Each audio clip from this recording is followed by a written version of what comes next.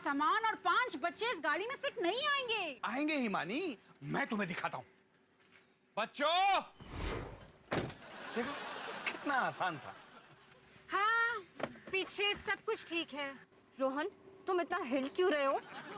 इसे सांस लेना कहते हैं। सनी बेटा, तुम ठीक से बैठे हो ना? बैठने के लिए सीट चाहिए होती है। सब कुछ ठीक है हिमानी। तुम लोग अपनी चाचा बंद करो। और निक्की बेटा, आप बिल्कुल आराम से बैठे हो ना? नहीं पापा। अवतार जी, हाँ हिमानी। नई गाड़ी।